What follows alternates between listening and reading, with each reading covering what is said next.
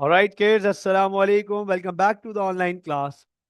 So, continuing our chapter 11, Operational Strategy, in our previous class, we initiated the concept of critical path analysis. हमने बहुत detail में project management, network diagram और ये सब चीजें understand की थी। और बाकायदा हमने लास्ट क्लास में ये जो एक्टिविटी थी जिसमें हमें ये देखना था कि क्या हम 3 हफ्तों में 15 वर्किंग डेज में मशीन सेटअप करके वर्कर को ट्रेन करके उसे ऑपरेट कर सकते हैं या नहीं। हमने बाकायदा नेटवर्क डायग्राम बनाया था। हमने बाकायदा इसका नेटवर्क डायग्राम बनाया था और नेटवर्क डायग्राम के थ्रू हमने ये अंडरस्टैंड किया था कि सर क्या लॉजिकल सीक्वेंस है। लॉजिकल सीक्वेंस अंडरस्टैंड किया था। आज हम सबसे पहले इसका क्रिटिकल पाथ आइडेंटिफाई करेंगे। सबसे पहले हम इसकी क्रिटिकल पाथ मतलब क्रिटिकल एक्टिविटीज आइडेंटिफाई करेंगे। क्रिटिकल पाथ और क्रिटिकल एक्टिविटीज से हमें इसका क्रिटिकल टाइम मिल जाएगा। क्रिटिकल टाइम तो पता चल जाएगा कि क्या ये कितने दिन चाहिए इस प्रोजेक्ट को, मिनिमम कितने दिन चाहिए एट बॉटम कंप्लीट होने के लिए। फिर हम जो हमने नॉड को डिस्कस किया था, फोकस कीजिएगा, हमने पढ़ा था कि नॉड में हमारे पास दो चीजें आती हैं, ईएसटी एंड एलएफटी। तो हम बाकायदा उनको अंडरस्टैंड करेंगे, ईएसटी को और एलएफटी को, कि सर ये ईएसटी क्या है और ये एलएफटी क्या है। हम डिटेल में अंडरस्टैंड करेंगे कि ईएसटी क्या होता है, एलएफटी क्या होता है, ईएसटी की कैलकुलेशन क्या है, एलएफटी की कैलकुलेशन क्या है, कैसे कैलकुलेट किया जाता है ईएसटी, कैसे कैलकुलेट करते हैं एलएफटी। हम बहुत डिटेल में इसको अंडरस्टैंड करेंगे। तो कंटिन्यू करते हैं। सबसे पहले जो हमने प्रोजेक्ट का नेटवर्क डायग्राम बनाया था उसकी क्रिटिकल पाथ को आइडेंटिफाई करने के लिए।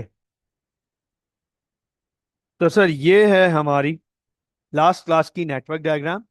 आइए मैं आपको क्रिटिकल पाथ या क्रिटिकल एक्टिविटीज निकालना सिखाता हूं, आइडेंटिफाई करते हैं। आप इस चीज को नोट करना।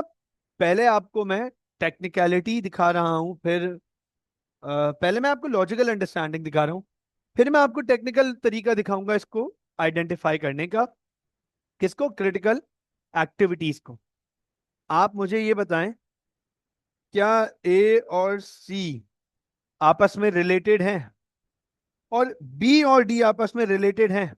यस और नो? क्या ए और सी आपस में रिलेटेड हैं और इसी तरीके से बी और डी आपस में रिलेटेड हैं? ई के स्टार्ट होने से पहले तक, ई के स्टार्ट होने तक ए और सी और बी और डी इनको खत्म हो जाना चाहिए। Is this right? आप मुझे ये बताएं, ए और सी दोनों मिला के कितना टाइम खा रहे हैं? ए और सी दोनों मिलाकर कितना टाइम यूज कर रहे हैं, कितना टाइम खा रहे हैं? 5 डेज। 5 days, right. और बी और डी दोनों मिलाकर कितना टाइम यूज कर रहे हैं हमारा? बी और डी दोनों मिलाकर मिलके 3 डेज। तो आप मुझे बताएं ज्यादा इंपॉर्टेंट हमारे लिए कौन से हो गए? आप मुझे ये बताएं ज्यादा इंपॉर्टेंट हमारे लिए कौन सी एक्टिविटीज हो गई, ए और सी मिला के या बी और D? Sir obviously A and C. Obviously A and C. क्योंकि अगर बी और डी एक दिन डिले भी हो जाए, बी और डी 3 दिन के बजाय 4 दिन में हो जाए, तब भी कोई मसला नहीं है। बी और डी 2 दिन और डिले हो जाए तब भी कोई प्रॉब्लम नहीं है, तब भी डॉट 5 डेज में खत्म होंगे।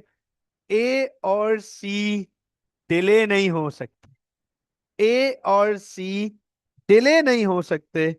तो इसका मतलब है ए और सी क्रिटिकल एक्टिविटीज हैं। हम क्रिटिकल एक्टिविटीज को ऐसे डबल क्रॉस करते हैं, चेक कीजिएगा, आपको नजर आ रहा होगा। ऐसे हम डबल क्रॉस करते हैं। दीज रिप्रेजेंट्स क्रिटिकल एक्टिविटीज, कि ए और सी क्रिटिकल एक्टिविटीज हैं। अच्छा, ई तो है ही सिंगल एक्टिविटी, तो ये तो ऑन टाइम इसको तो कंप्लीट होना ही होना है, इसके पैरेलल में तो कोई एक्टिविटी है ही नहीं।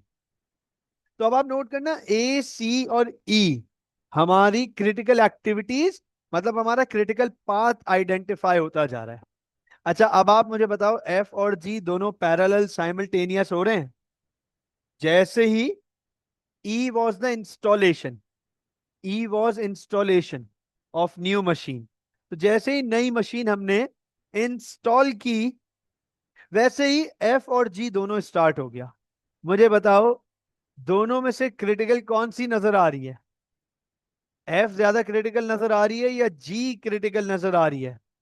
सर एफ, है ना? एफ। क्यों क्यों एफ ज्यादा क्रिटिकल नजर आ रही है? क्योंकि सर एफ, एफ का टाइम ज्यादा है, जी के पास अभी डिले होने का मार्जिन है, तो एफ क्रिटिकल हो गई। और एच अलोन एक्टिविटी है, तो एच तो है ही क्रिटिकल। अब आप ये नोट कीजिएगा, फोकस कीजिएगा, मैं आपके सामने क्रिटिकल, मैं आपके सामने क्रिटिकल एक्टिविटीज की डिस्क्रिप्शन लिख रहा हूं, ये चेक कीजिएगा। क्रिटिकल एक्टिविटीज, गौर से देखिएगा। Critical activities, these are, these are those activities, these are those activities which do not have, which do not have delay margin.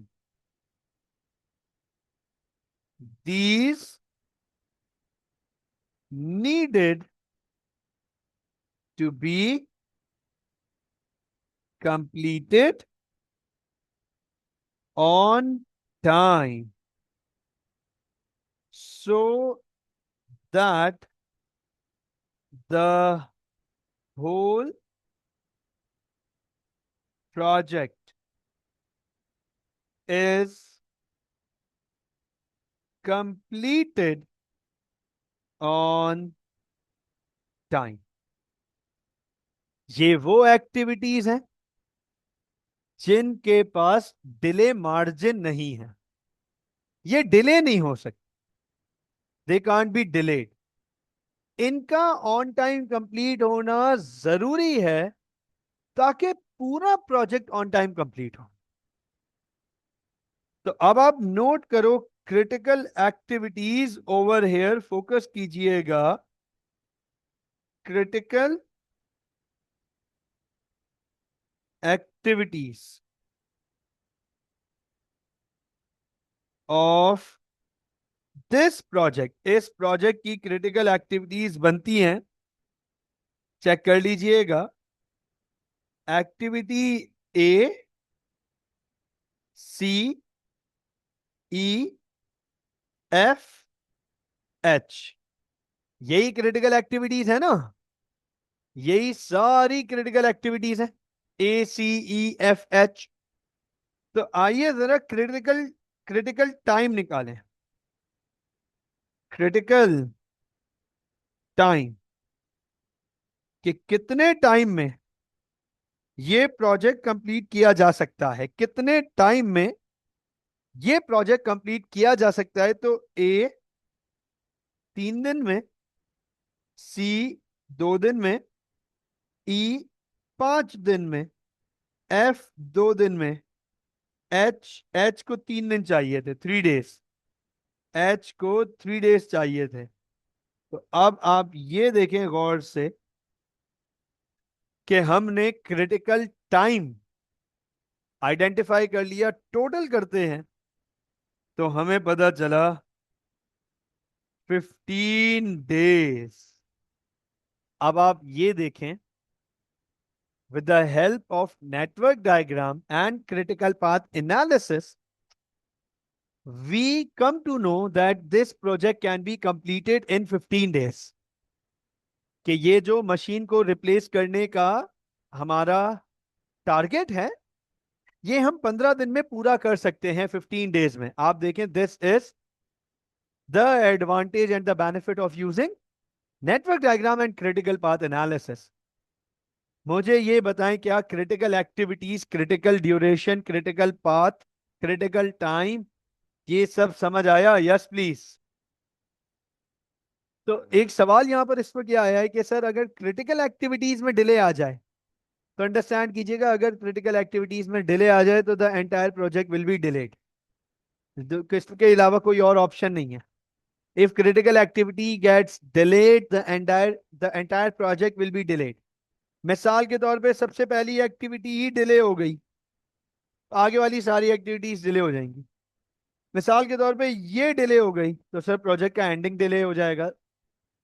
Critical activities delay नहीं हो सकती, they don't have any delay time, delay margin नहीं है इनके पास। अब आप note करो हमारे पास, ये देखो क्रिटिकल पाथ में क्या लिखा हुआ है, the sequence of activities that must be completed on time for the whole project to be completed by the agreed date. तो वो तमाम एक्टिविटीज जो अभी हमने ऊपर आइडेंटिफाई करी, ACEFH, ये तमाम एक्टिविटीज का ऑन टाइम कंप्लीट होना जरूरी है। अब आप ये देखें कि सर ये जो एक नोड है, नोड, ये जो हमारे पास नोड है, नोड मतलब सर्कल, ये नोट कीजिएगा, ये जो नोड है हमारे पास सर्कल, इसमें हमें नोड नंबर तो समझ आ गया, और नोड नंबर तो हमने ऑलरेडी लास्ट क्लास में प्लेस भी कर दिया था। अब सर यहां पर दो चीजें होती हैं, EST और LFT। EST क्या मतलब होता है, फोकस कीजिएगा, EST प्लीज गौर से देखिएगा। EST stands for, EST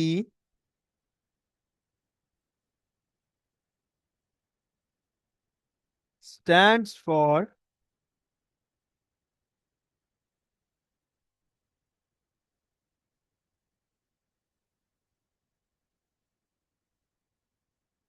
okay, मैं सिर्फ इसको सेट कर दूं,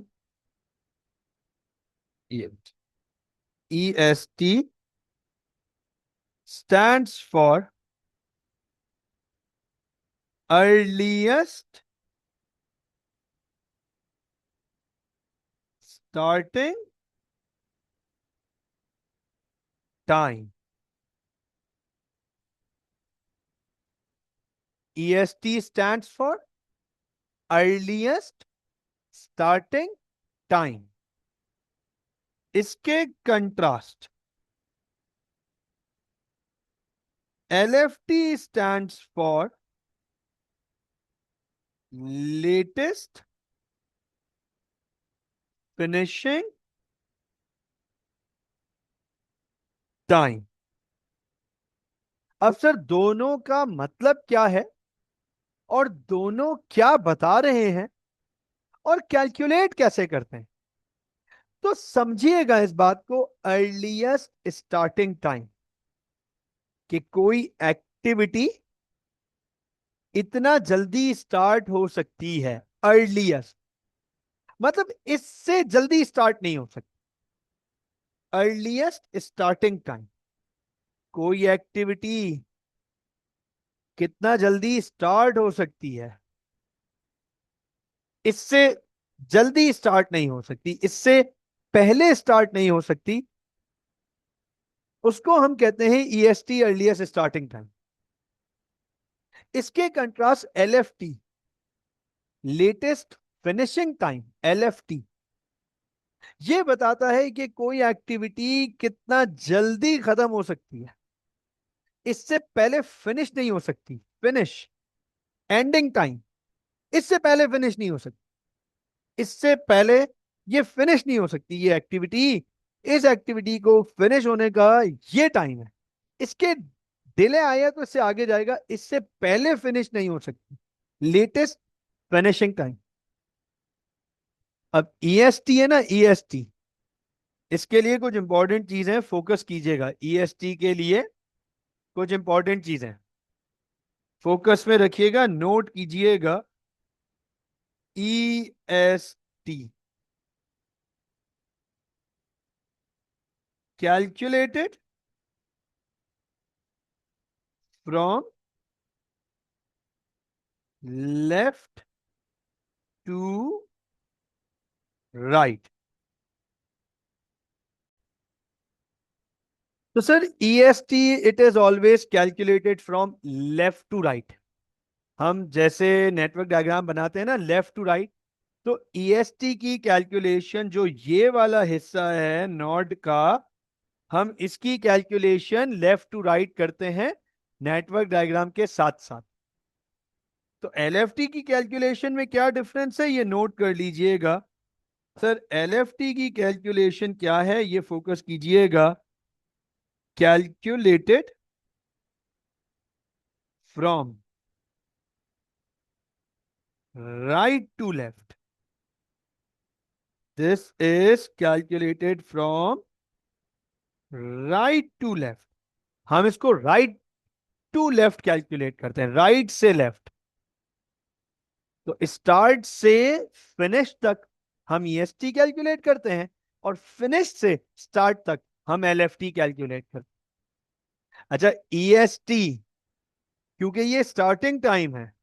सर किसका स्टार्टिंग टाइम, समझना, जरा दिमाग लगाना, इसके बाद आने वाली एक्टिविटीज का, इस नोड के बाद आने वाली एक्टिविटीज का ये स्टार्टिंग टाइम है।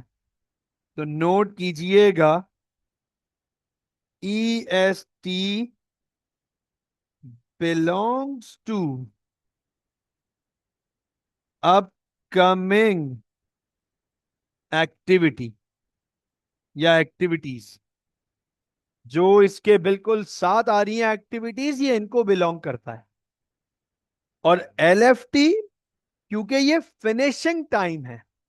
फिनिशिंग टाइम, सर किसका फिनिशिंग टाइम है, अंडरस्टैंड करना।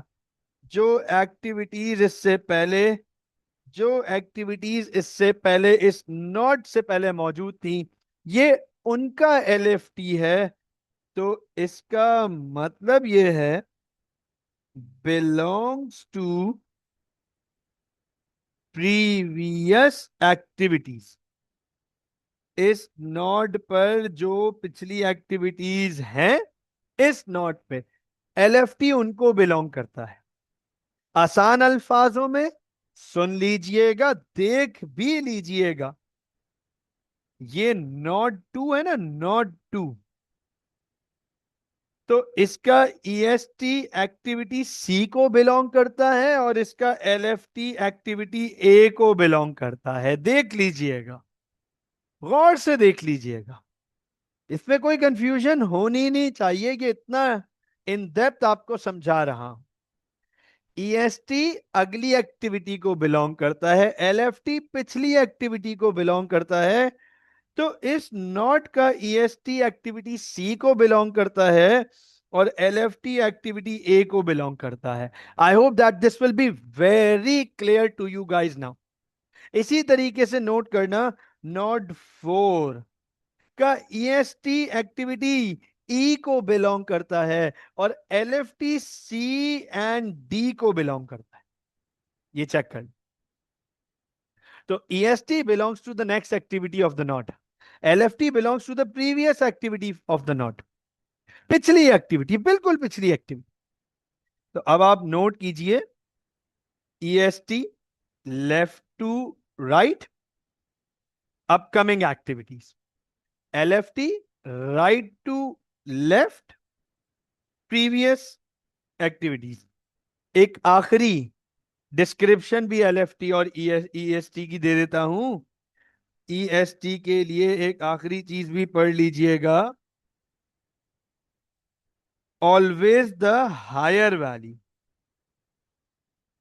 जब भी कैलकुलेशन में हायर वैल्यू होगी वो ईएसटी बनेगा, ऑलवेज द लोअर वैल्यू, और LFT हमेशा lower value. LFT will always be the lower value. तो ये है डिस्क्रिप्शन ऑफ EST LFT। एक काम करते हैं, एक काम करते हैं, आइए इसका EST LFT निकालते हैं, इस नेटवर्क डायग्राम का EST LFT निकालते हैं। मुझे बताएं, क्या इसका EST LFT निकालने के लिए रेडी हैं? Yes please. तो सर इस प्रोजेक्ट के EST LFT निकालते हैं, लेकिन इससे पहले बस एक छोटा सा काम ये करेंगे कि आप लोगों को पूरी बात समझ आ जाए और क्लैरिटी हो जाए, पूरी बात समझ आ जाए और क्लैरिटी हो जाए। आइए जरा पहले ऊपर हम ये आइडेंटिफाई करते हैं कि किसका क्या EST और किसका क्या LFT है, बस ये आइडेंटिफाई करते हैं। तो आप नोट करें नोड 1 पे, नोड 1, ये हमारे पास ए और बी दोनों का EST है, ए एंड बी, क्योंकि इससे दोनों एक्टिविटीज स्टार्ट हो रही हैं। ठीक है ना? ये हमारे पास सी का EST है, क्योंकि इस नोड पे सी स्टार्ट हो रहा है। ये हमारे पास डी का EST है, इस नोड पे डी स्टार्ट हो रहा है।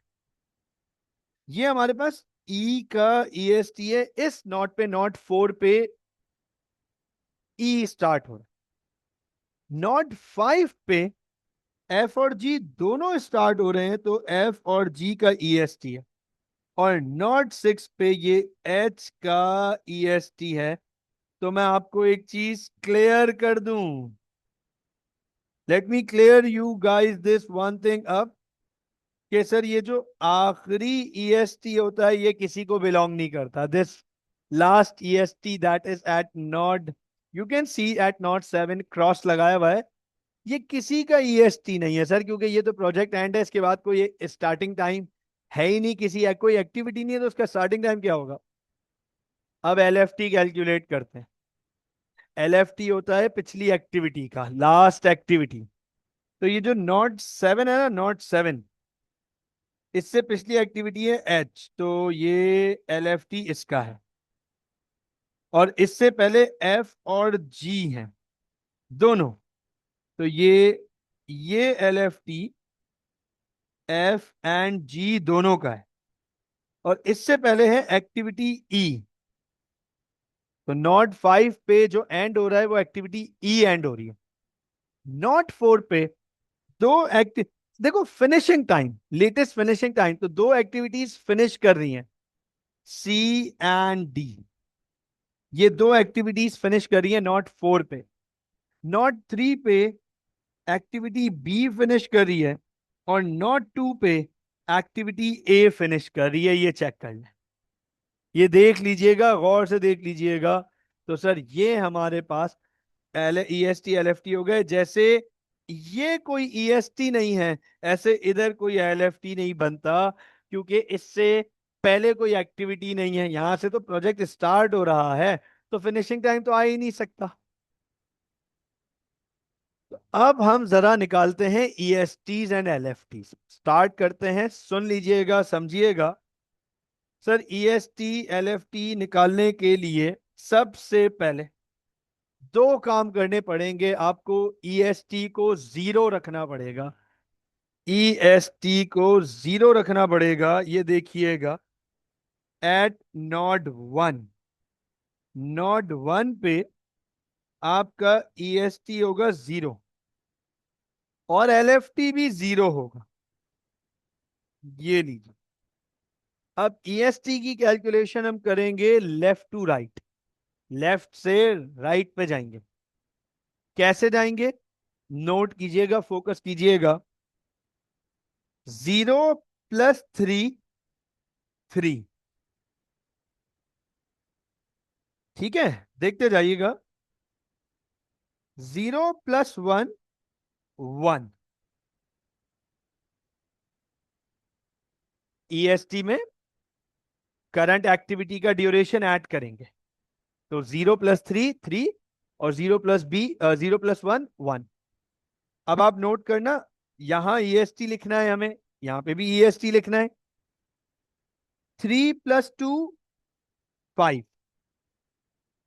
लेकिन सर यहां से भी आ रहा है 1+2 3। तो अगर C के थ्रू आ रहे हैं तो EST आ रहा है 5। D के थ्रू आ रहे हैं तो EST आ रहा है 3। आप ये पढ़ लीजिएगा, EST is always the higher value. Higher value, जो हायर वैल्यू होगी वो EST होगी।